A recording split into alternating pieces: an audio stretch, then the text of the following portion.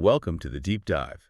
This is where we take the source material you provide, articles, research, notes, whatever you've got, and really plunge in. Yeah, we try to pull out those crucial insights, the surprising connections. Exactly, the kind of knowledge that helps you get informed without feeling totally overwhelmed. We're sort of your guides through all this information, aiming for those aha moments. And for this deep dive, wow, we're exploring a really significant piece. It's an essay by Nuraddin Farah called Which Way to the Sea, Please?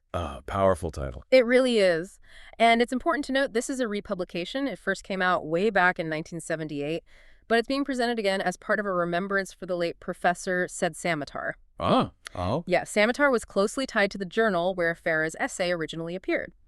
So Unroach here, is guided by that context, understanding a really vital slice of Somalia's political history and the wider Horn of Africa, specifically through Nuraddin Farah's unique lens.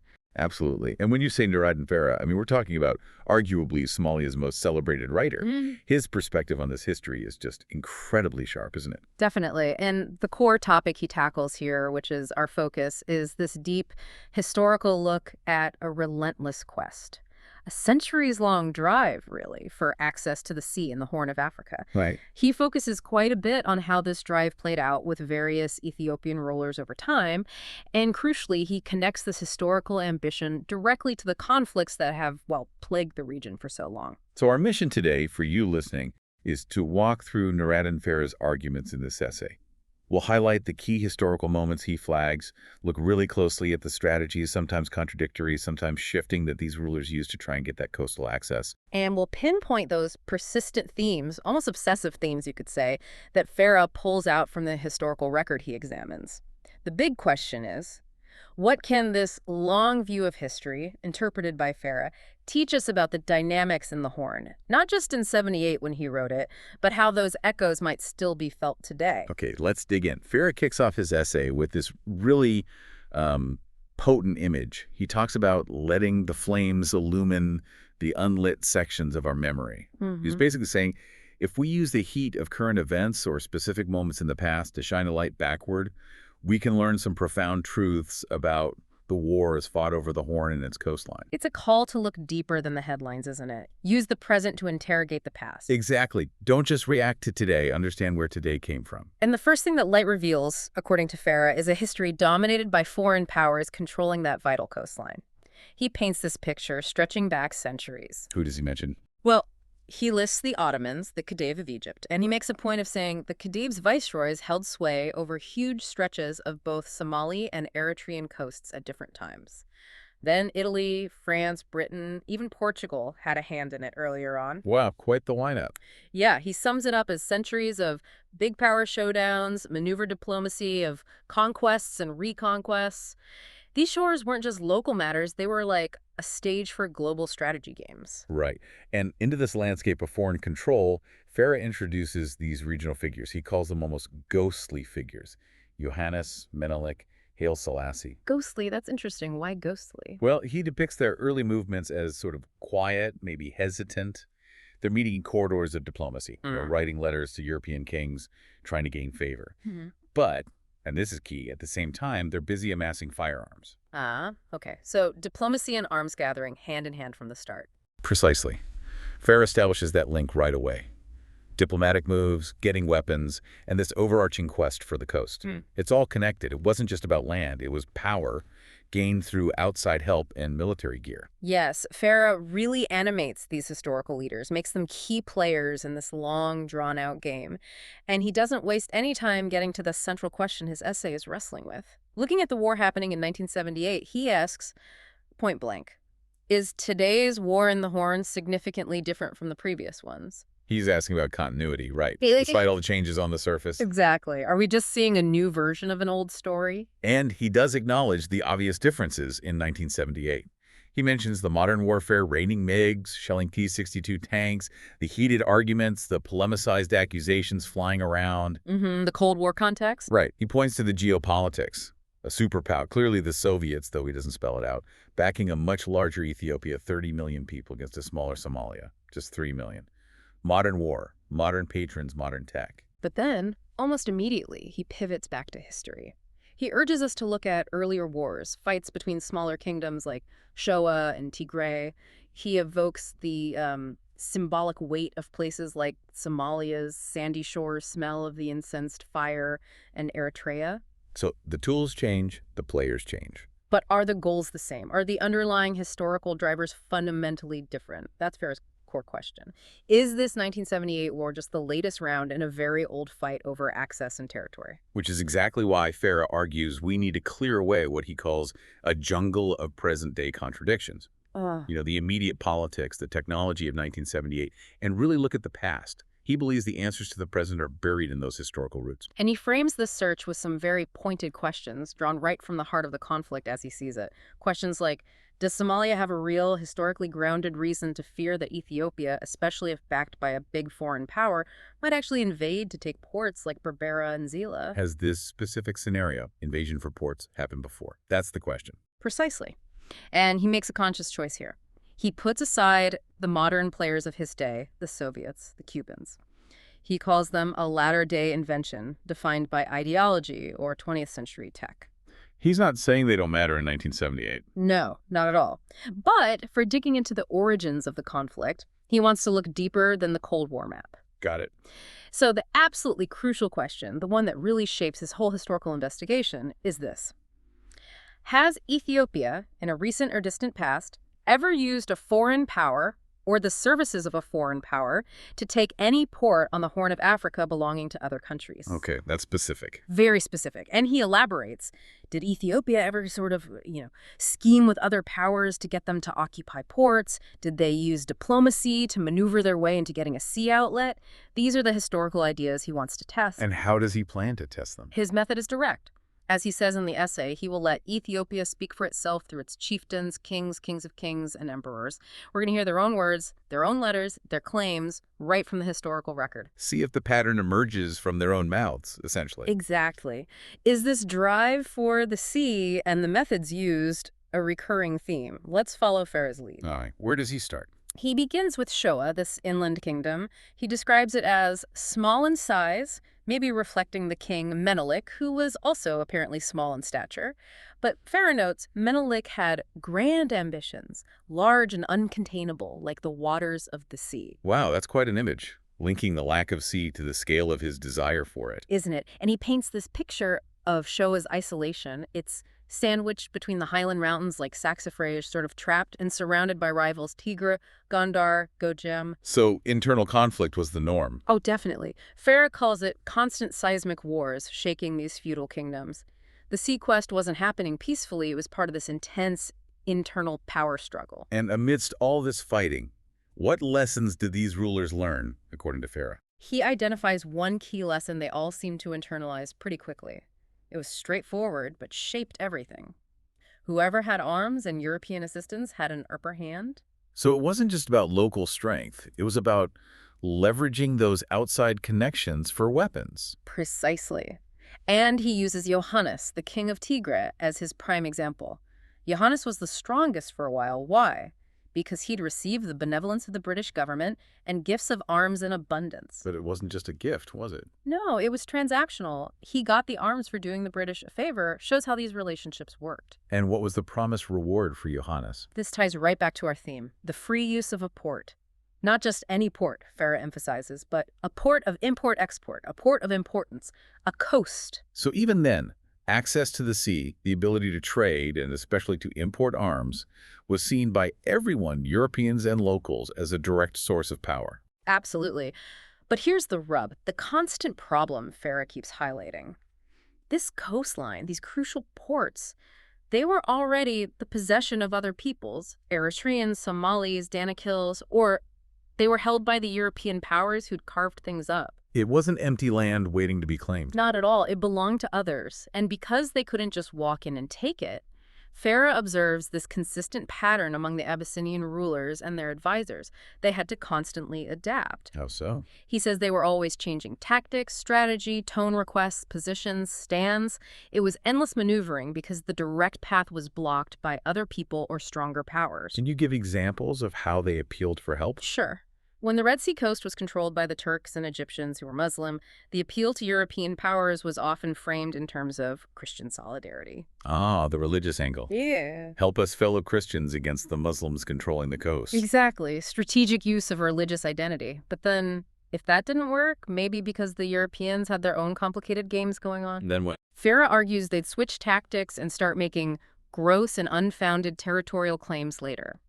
The request for help would morph into an assertion of historical right to the land itself, often based on, let's say, creative interpretations of history. He mentions Menelik making declarations about his dream boundaries when astraddle a bed of high fever and anger. Yeah. It sounds almost like frustration boiling over into these huge claims. Yeah, perhaps less historical research, more intense desire manifesting his claims. And Farah boils down the kingdom's driving needs throughout this period to two essential commodities, the coast and arms. And they fed each other, right? Completely. A cyclical logic. Arms help you conquer the coast, and the coast or access via a European power helps you get more arms, which fuels more expansion inland. A feedback loop of ambition. And the Europeans. How do they fit into this cycle besides providing the arms or port access? Well, Farah sees it as a game of aces. Yohannis and Menelik tried to play the Europeans off each other, get favors, but the Europeans were masters of this game too, ready to play one against the other, arming one guy, but maybe not his rival, manipulating these local conflicts for their own colonial advantage. And Farah makes a really critical point about who was not consulted in all this maneuvering, doesn't he? He does, and it's central to his perspective. He stresses that no matter which European power was dealing with, which Abyssinian king, whether they were talking ports or guns, they never consult the subject people, say the Eritreans, the Somalis, the Danakils. The people actually living on the coast. Exactly. Their lands were being discussed, traded, fought over, and Farah adds they were deliberately, quote, kept unarmed, unconsulted, and unprotected from Abyssinian raids. Their ability to resist was actively suppressed while their fate was decided elsewhere. Which brings us back to that persistent theme Farah identifies. Yes, the shackles of this need for an outlet to the sea, the shibboleth of diplomacy, the Ave Maria, a word most often repeated, the coast. It's this constant, almost ritualistic demand. The shibboleth, that word or phrase that marks you out here, it's the endless plea for the coast. And he describes them literally holding up the cross, painting it on mountains like a lighthouse. Trying everything, visual symbols, religious appeals, anything to keep their desire for the coast front and center in the minds of the Europeans, hoping for some kind of intervention, divine or otherwise. So to see how this actually played out, Farah zooms in on a specific year, 1878, exactly 100 years before he wrote the essay. He wants us to look at Menelik's situation then. Right, early in Menelik's rise. And he quotes directly from a letter Menelik sent out to European leaders, Italy, France, Germany, England. It's quite revealing. What did it say? Menelik writes, "My country is far distant from your country. My road to the coast, to Zela, to Jura, and Aden is at present closed by the Muslims. They prevent my receiving into my country provisions, arms, agricultural implements, artisans, or even messengers of the gospel." Okay, listing all the things he needs access for. Arms are right there in the list. They always are. He continues, "Will you kindly raise your powerful voice in order that I may have this way open to me, for I desire to inaugurate in my country European civilization, intelligence, and arts." Interesting framing. Help me modernize. Help me bring in European ways. And who were the Muslims blocking the way? Farah clarifies this, right? Yes, crucially, he points out it wasn't the local Somalis living in Zela and Tajura. The power controlling the coast then was the Khedive of Egypt. His authority covered the whole Somali coast, places like Berbera, Ogaden, Harartu.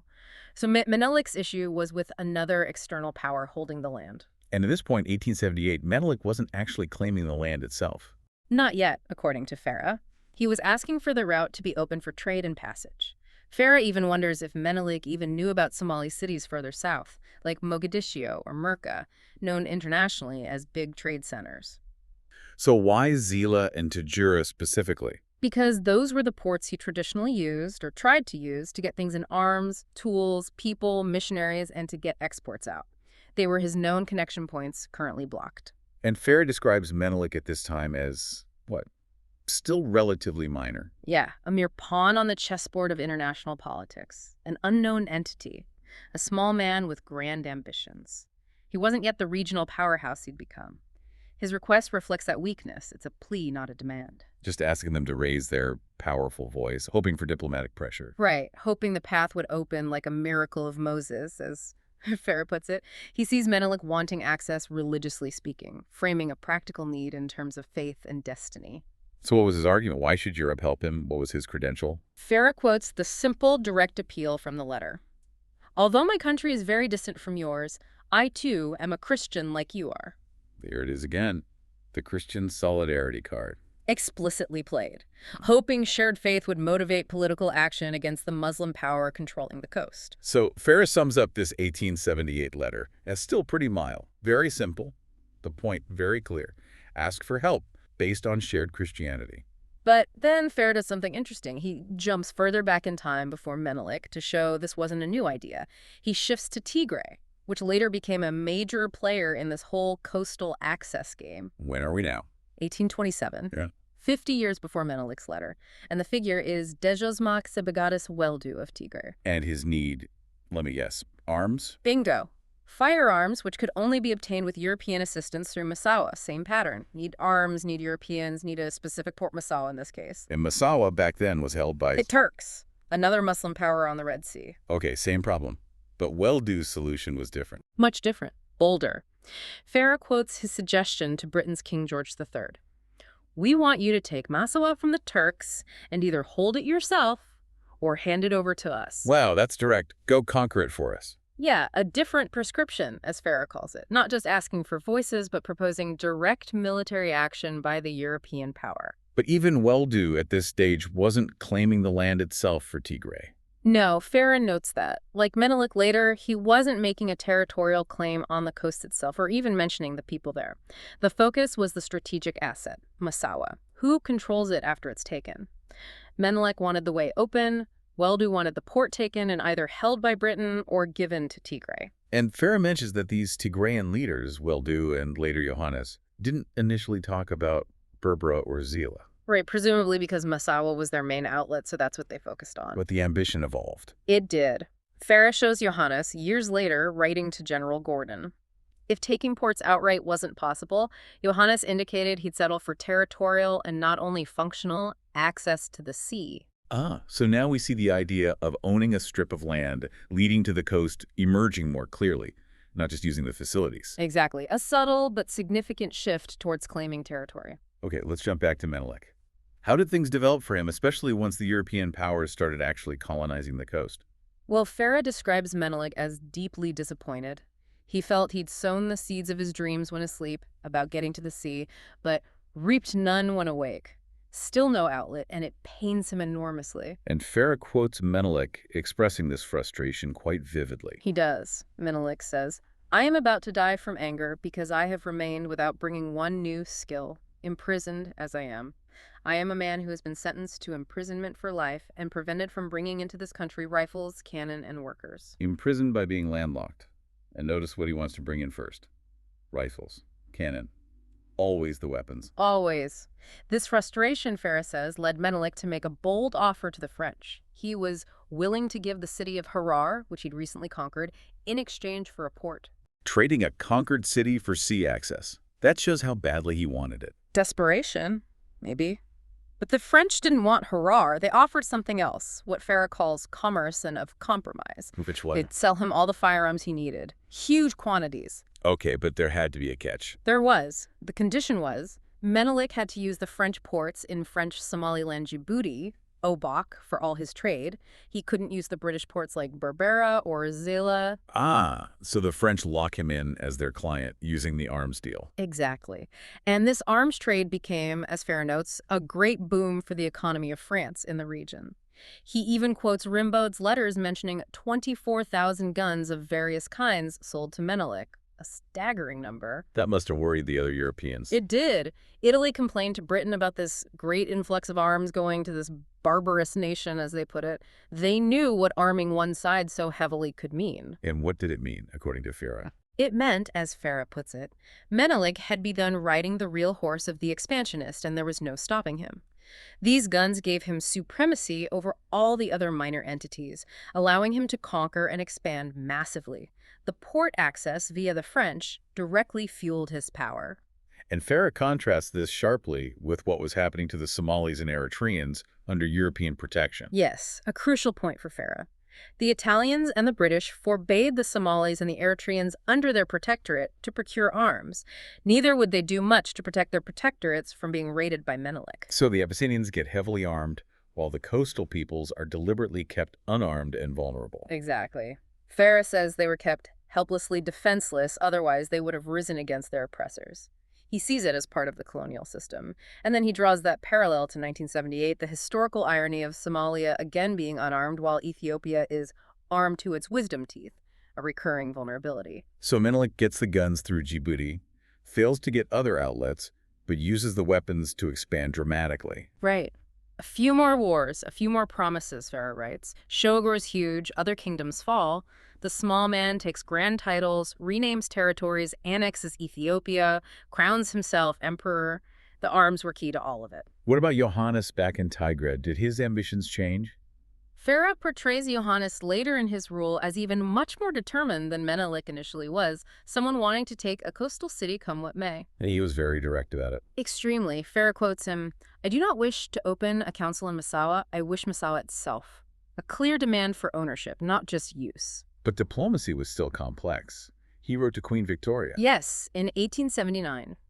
And after the usual pleasantries, the "we are Christian brethren" bit, his tone, Farah notes, became determinedly less aggressive. And what did he offer or propose then? This is revealing. He says he doesn't very much mind sharing the pagan districts around the coast with the British, but with no one else. The pagan districts. Mm-hmm. Dismissing the coastal areas and people again, and proposing to carve them up with Britain. Exactly. Treating the land and people as pawns in his game with the Europeans. But despite his determination, Farah says Yohannis eventually had fallen out of favor with the European powers. Why? Partly, Farah suggests, because he was just too persistent in his asking for an outlet to the coast. His relentless demand became inconvenient. And the Europeans kept playing games between Yohannis and Menelik. Oh, yes. Farah mentions unsettled accounts between them. The Italians wanted Yohannis punished, so they offered Menelik 5,000 rifles if he attacked Yohannis. An offer of arms to incite conflict between regional rivals. And the plan was, afterwards, they'd divide the territorial conquest between themselves. Classic divide and rule, using regional actors as proxies. And Farah contrasts this with Menelik's later, more confident stance. Yes, once Menelik had the French arms, his tone changed from that 1878 plea. Farah quotes him saying, "If I cannot take Tajura by sea, it is not difficult for me to seize the port from this side, overland. The threat of force is now explicit." But he still hedges his bets diplomatically. A little, he adds, hoping civilized Europe will render me justice and give satisfaction. And even then, the religious appeal lingers. How so? In the same letter, Farah quotes, "We hope that our crown, which honors Jesus Christ, will never be trampled to the ground by the children of Muhammad." And challenging Europe, "If truly you are the protectors of Christians, it is today that you must give us proof. Faith and force, side by side." So this takes us up to the main period of the scramble for Africa. Right. When Somalia was sliced up, as Farah puts it, and Ethiopia under Menelik was given her share inland by treaties with the Europeans, but still, crucially, no outlet to the sea yet. And Farah argues this is when the nature of the claims really explodes. Exactly. It's no longer just about specific ports like Zila or Massawa. It becomes, he says, the start of territorial claims over the coast, over any of Africa's watery expanses. Ambition goes wild. Claims over Khartoum, Lake Nyanza, Lake Sambura, the Indian Ocean, the Red Sea coast. The waters are the limit, Farah writes, just vast sweeping claims. and the prime example is Menelik's 1891 circular letter. Yes, sent to European governments and the Tsar. Farah notes the change in voice, in the man, in the request. This wasn't a plea, it was a declaration detailing the boundaries of his dreamed Ethiopia. And he uses that historical framing again. He does. Ethiopia has been for 4 centuries a Christian island in a sea of pagans. Farah links this phrasing back to the 15th century conflict with Ahmed Guri, framing history as Christians versus pagans. And the specific claim about the sea. Formerly, the boundary of Ethiopia was the sea. Our frontiers on the seacoast fell into the power of the Muslims. But Farah questions this historical narrative strongly. Very strongly. He asks, when, what sea, when did Ethiopia's frontiers actually reach the sea and fall to Muslims? He challenges the vagueness. And who are these pagans? Somalis, Galas, Eritreans? Was it really a Christian duty to conquer the heathen peoples of the coast? Farah says Menelik provides no answer in the letter. He just makes the claim. What did Menelik say he intended to do about regaining the coast in this 1891 letter? This part is interesting, he claims. At present, we do not intend to regain our sea frontiers by force, but we trust that the Christian powers guided by our Savior will restore to us our sea coastline. At any rate, certain parts of it. But wait, didn't he earlier threaten to take Tajura by force if necessary? Exactly. Farah points out the apparent contradiction. Claiming no force here while threatening it elsewhere suggests maybe the rhetoric changed depending on who he was talking to. And did he really expect the Christian powers guided by the Savior to just hand over coastline? Well, Farah's analysis is blunt. Those powers weren't guided by Christ, but by their colonial interest. The best Menelik got was using Djibouti, thanks to French interests. Farah describes this outcome almost poignantly, as though from his deathbed a message. The grand dream wasn't fully realized. And the dream expressed in that 1891 letter was truly enormous, wasn't it? Almost fantastical, Farah quotes. If God gives me strength, I shall reestablish the ancient frontiers, tributaries, of Ethiopia up to Khartoum and as far as Lake Nyanza with all the galas included. Reaching the Nile in Sudan, Lake Victoria, huge ambition. Farah calls these far-reaching claims grotesqueries of irrationality, listing other places mentioned like Arafel, Lake Sambura. He wonders if Menelik had fallen under the influence of the high fever of Ethiopian expansionism, like the ambition had become detached from reality. But it wasn't all fantasy. He did expand significantly. True. He didn't get Khartoum or Nyanza, but he did conquer a grand portion of the Horn, including Harar from the Somalis. The ambition fueled real conquest. And Farah says things then stayed relatively stable from Menelik's death until Haile Selassie emerged. More or less the same dynamics, yeah. Until Haile Sellassie enters the picture in the 20th century. How does Farah portray Haile Selassie, different from Menelik or Yohannis? Yes, as a more able manipulator of political events, skilled with the Ouija board of international diplomacy. The game had gone global, and Haile Selassie knew how to play it. And Farah focuses on a key moment, the 1948 memorandum to the new United Nations. Right, a different audience now. An international body, not just European kings. And what was Haile Selassie's main claim to the UN?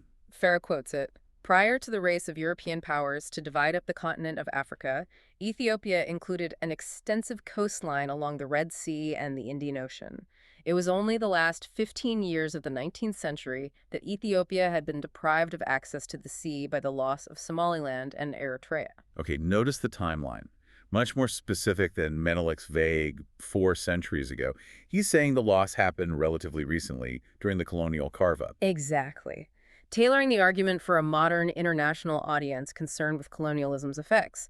And Farah points out, addressing the UN, which he cheekily calls an irreligious body, Haile Selassie sensibly drops the Christian savior motif. Smart move. The appeal now is purely historical territory, loss due to European actions, not religious destiny. Right. And he backs it up with specifics.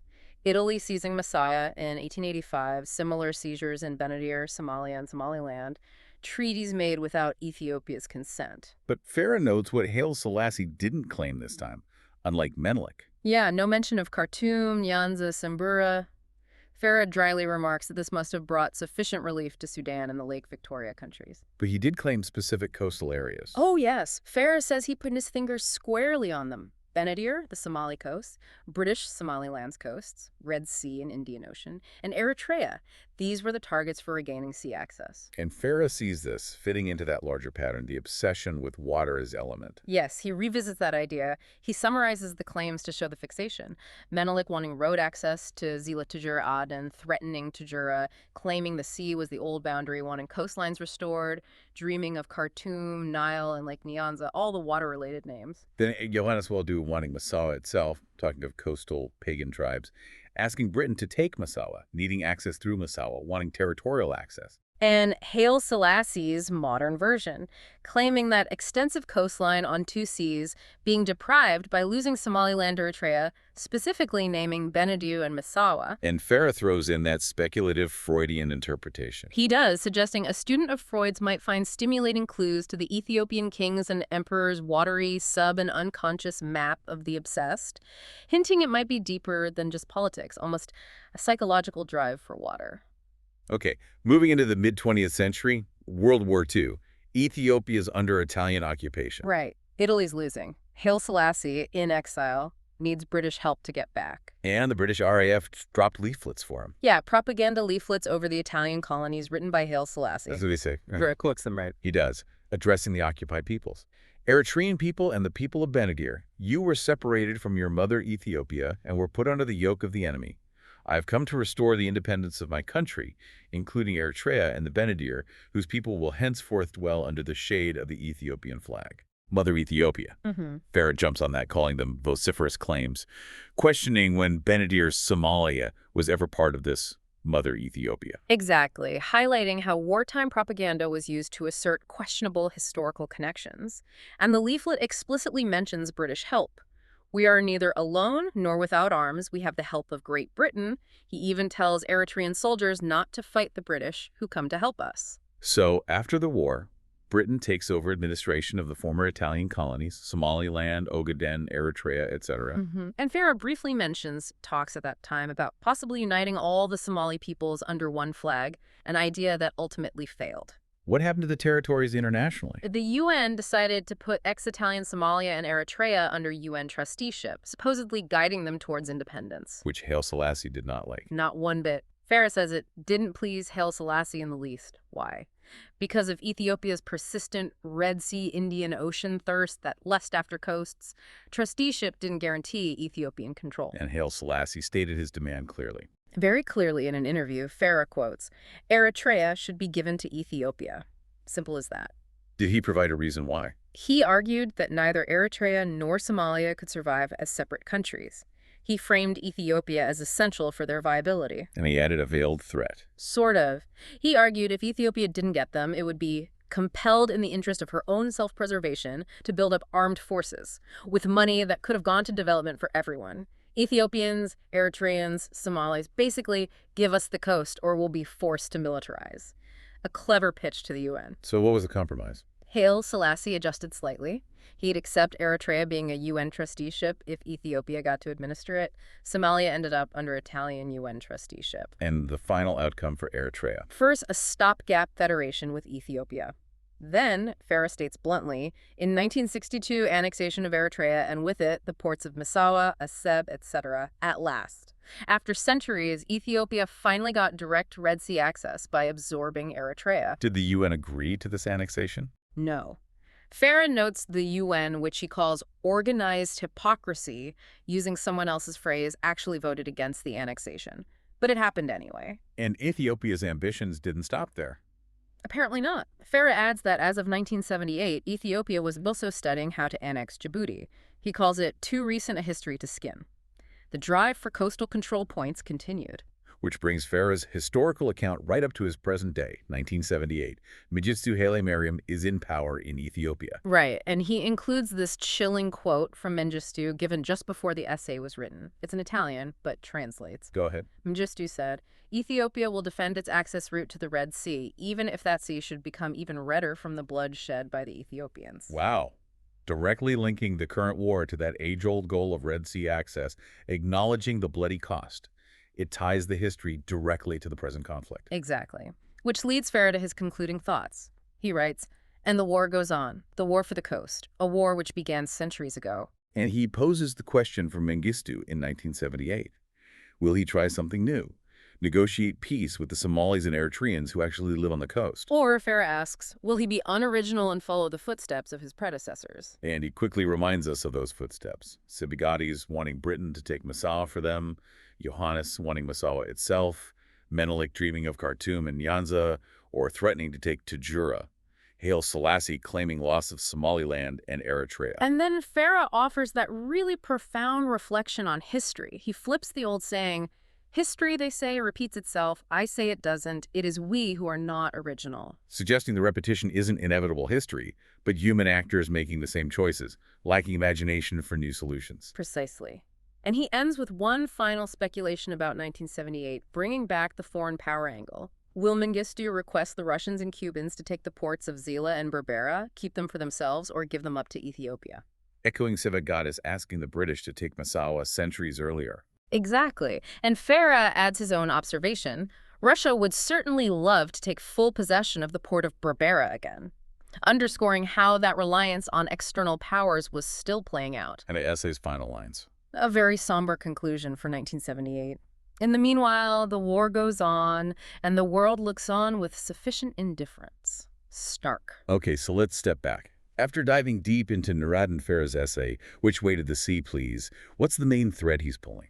It's undeniably that persistent, centuries-long drive by successive Ethiopian rulers, kings, emperors, leaders to get and keep control over sea access. And a key part of that drive, as Farah shows it, involved viewing the coastal lands of Somalis, Eritreans, and Danakils not primarily as their lands, but as strategic objectives. Right, either historically lost territory or just essential pieces for Ethiopia's own power and security. And we saw the strategies change, but often repeat, didn't we? From early diplomatic pleas using religion, to trying to trade inland territory for ports, leveraging the need for European arms which required port access, making those huge, sometimes dubious historical claims, and finally, outright annexation, often relying heavily on manipulating or aligning with foreign powers. And Farah consistently brings the focus back to the people living on that coast. That's a crucial part of his perspective. Absolutely, the human cost.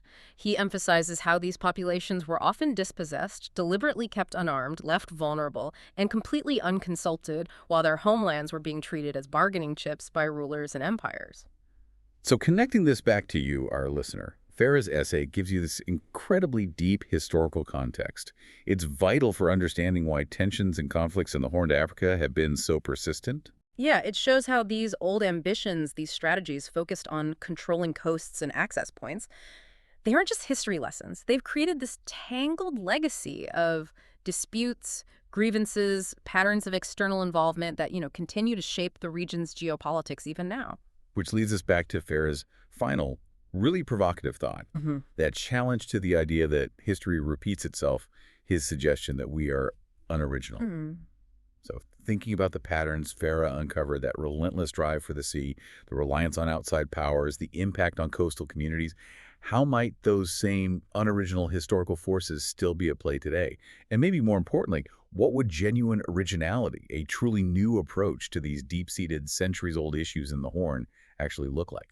It really leaves you thinking, doesn't it, about the weight of all that history on the present and the challenge of finding a genuinely different path forward for the region.